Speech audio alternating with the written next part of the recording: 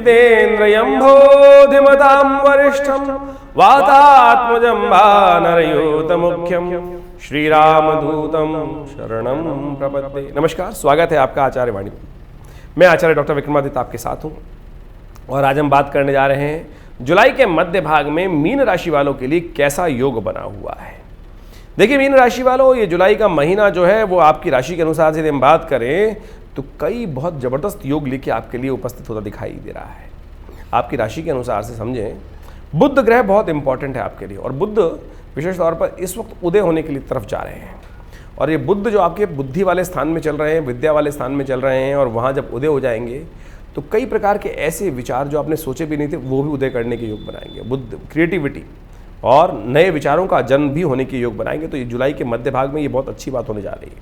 साथ साथ सूर्य का परिवर्तन भी हो रहा है और सूर्य का परिवर्तन भी आपके बड़े अच्छे से लाभ के योग बनाने वाला है। पंचम भाव में आपके सूर्य परिवर्तन करके जाएंगे, लेकिन अभी एक स्थिति खराब है कि चंद्रमा और जो मंगल विशेष तौर पर शनि के साथ टकराव की स्थिति है ना, उससे आपको बचना चाहिए। अन्य स्थिति के क्लैशों में, झगड़ों में न फंसें, अन्यथा टाइम बर्बाद होने के योग बन सकते हैं। तो इस बात का ध्यान रखें। शनि मंगल का टकराव लगातार चल रहा है जो जुलाई के पहले भाग में आरंभ हुआ था और करीब करीब अगस्त के मध्य भाग तक चलेगा। हमने एक अलग से वीडियो बनाया था, उसके बारे में जाके पढ़ लीजिएगा, सुन लीजिएगा अच्छे से कि क्या क्या सावधानी आपको बरतनी है। नहीं तो क्या होता है, बाकी योग अच्छे बनाते हैं ग्रह, लेकिन ये जो एक खराब चल रहा होता है उसमें सब चीज़ें फंस जाती हैं।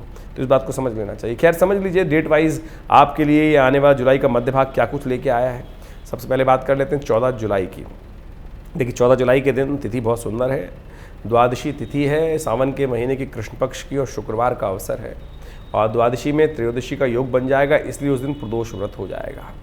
ग्रह के दृष्टिकोण से यदि हम बात करें तो उस दिन आपके ग्रहों के दृष्टिकोण से जो समय है वो विशेष तौर पर आपके लिए अच्छा बना हुआ है, लाभ की स्थिति बनी हुई है। और आप यदि अच्छे से काम करेंगे, अपने टाइम को बेकार बर्बाद नहीं करेंगे।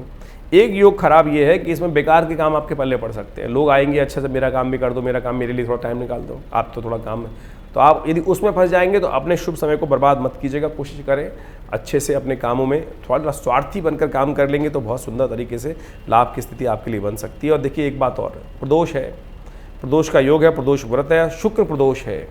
शुक्र प्रदोष महालक्ष्मी को प्रसन्न करने की सबसे सुंदर तिथि होती है।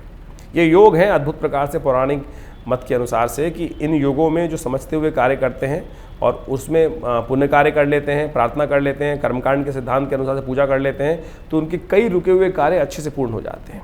और शुक्रवार का अवसर महालक्ष्मी का अवसर होता है, महालक्ष्मी को प्रसन्न करने का शुक्र का दिन जो होता है, और उस दिन प्रदोष पड़ जाए तो वो बहुत सुंदर है, सोने पे सुहागा योग बन जाता है। कहा जाता है कि कोई कार्य अटका पड़ा है, लोन नहीं पास हो रहा है, धन का आगमन की स्थिति नहीं बन रही है, तो यदि भगवान शिव का अभिषेक यदि हम बिल्वपत्रों के द्वारा कर लें, ये अद्भुत उपाय हम बता रहे हैं, बिल्वपत्रों के द्वारा, ओम त्र्यंबकम यजामहे सुगंधिम पुष्टिवर्धनम, हर मंत्र के साथ एक बिल्वपत्र भगवान को अर्पित करें तो देखिएगा, क्योंकि इस महीने में यथेच्छ मात्रा में, क्योंकि सावन का महीना है, बरसात हो रही है, तो बिल्वपत्र के पेड़ पर भी पत्ते यथेच्छ मात्रा में होते हैं, तो उनको एक एक करके भगवान को अर्पित करें। ओम नमः शिवाय का पाठ करते हुए या रुद्र के पाठ करते हुए या त्र्यंबकम का पाठ करते हुए, या विशेष तौर पर महालक्ष्मी को प्रसन्न करने के लिए जो विशेष तौर पर नमस्ते रुद्रमन्ये वो तो तई खवे नमः बाहुभ्यामुतते नमः, ये रुद्र सूक्त का है, इसके द्वारा एक पत्ता भगवान को अर्पित करे हुए पाठ कर लें तो बहुत सुंदर तरीके से मनोकामना सिद्धि का योग बन सकता है। सूत्र हमने आपको बताया, इसका लाभ आपको लेने का प्रयास करना चाहिए।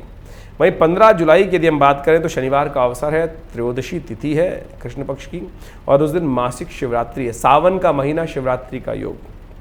सबसे पहले तो इस बात को सूचना देते हैं हम कि विवेकानंद योग आश्रम में इस दिन बहुत बढ़िया तरीके से, सुंदर तरीके से शाम को रुद्राभिषेक का कार्यक्रम रखा है।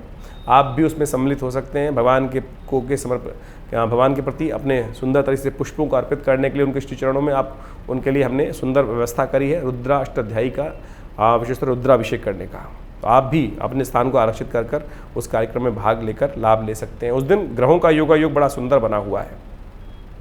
ग्रहों का योग मिथुन राशि में चंद्रमा प्रवेश करेंगे करीब 11:15 बजे के आसपास, और ये आपके लिए बड़ा सुंदर योग बनाएंगे, आपकी मैनेजिंग कैपेसिटी को एनहांस करेंगे, ऑर्गेनाइजिंग चीज़ों को बहुत अच्छे से करेंगे।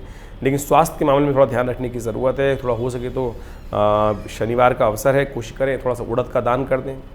तिल के द्वारा भगवान का अभिषेक करना आपके लिए बहुत सुंदर दिखाई देता है, क्योंकि इस वक्त जो शनि का योग चल रहा है आपके लिए वो 12वें भाव में है, वो थोड़ा सा कष्टकारी है। तो कोशिश करें तिलोदक के द्वारा भगवान का अभिषेक करें, वो आपके बहुत सारी समस्याओं को ठीक करेगा, कष्ट दूर करने के योग बनाएगा। बुध उदय हो रहे हैं, ये आपके लिए बहुत कल्याणकारी योग बनाने वाला है, आपके लिए बहुत अच्छा समय आने वाले समय में दिखाई देने के योग बनेंगे। माँ अम्बे करेंगे कल्याण। हम बात कर लेते हैं 16 जुलाई की। 16 जुलाई को रविवार का अवसर है और उस दिन संक्रांति है, चतुर्दशी तिथि है, और ये संक्रांति होने के कारण से रविवार के दिन क्या बन गया, हृदय नाम का योग बन गया।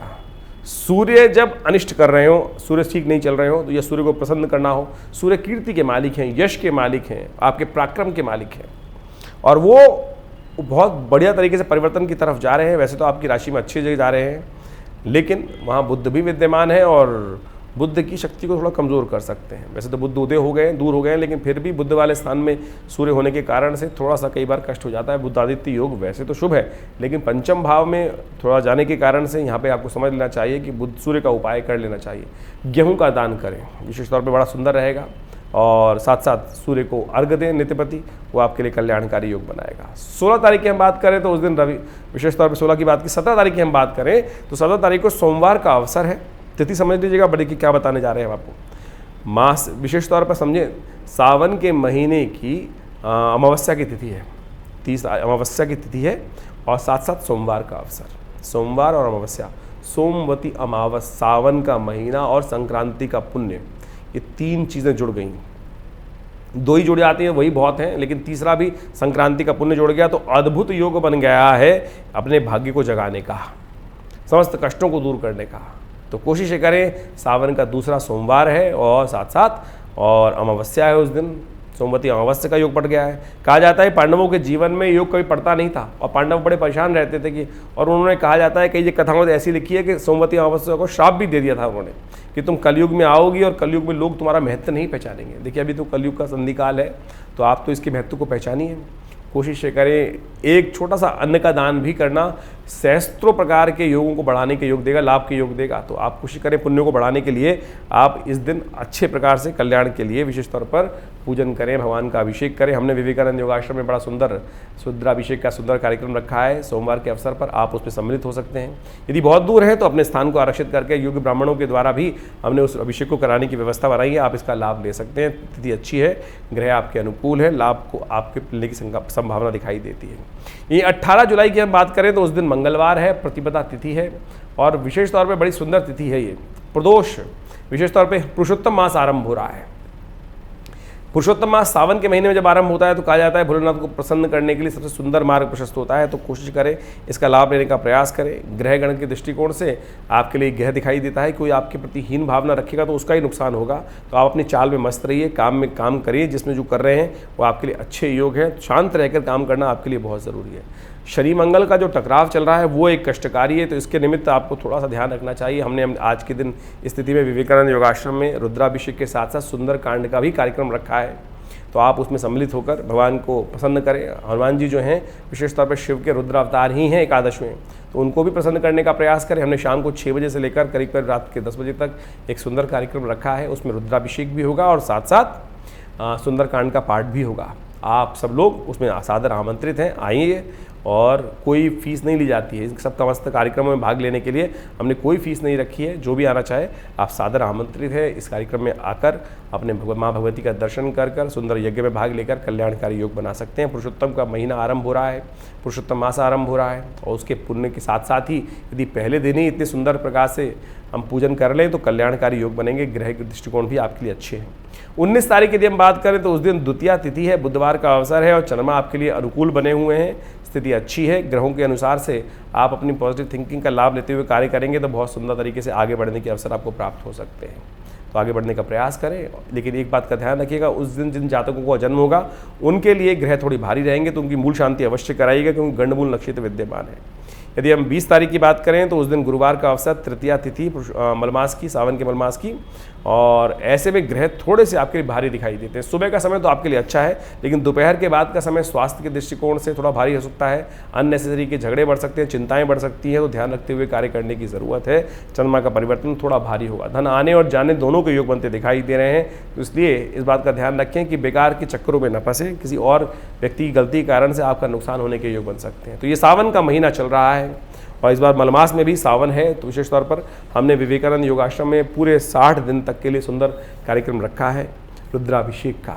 शाम को नित्यप्रति 6 बजे से लेकर 8 बजे तक ये कार्यक्रम रहेगा। जो लोग इसमें सम्मिलित होना चाहते हैं, अपने स्थान को आरक्षित करने के लिए फ़ोन नंबर्स नीचे दिए गए हैं, उसमें अपना स्थान को आरक्षित कराएं और आप उसमें भाग ले सकते हैं। आपके पुण्यों का उदय करने का अवसर बहुत सुंदर तरीके से विवेकानंद योगाश्रम की तरफ से, हमारे आश्रम की तरफ से व्यवस्था बनाई गई है। आप यदि आएंगे तो उसमें भाग लेंगे तो कल्याण के योग बहुत अद्भुत प्रकार से आपको प्राप्त होंगे। धन्यवाद।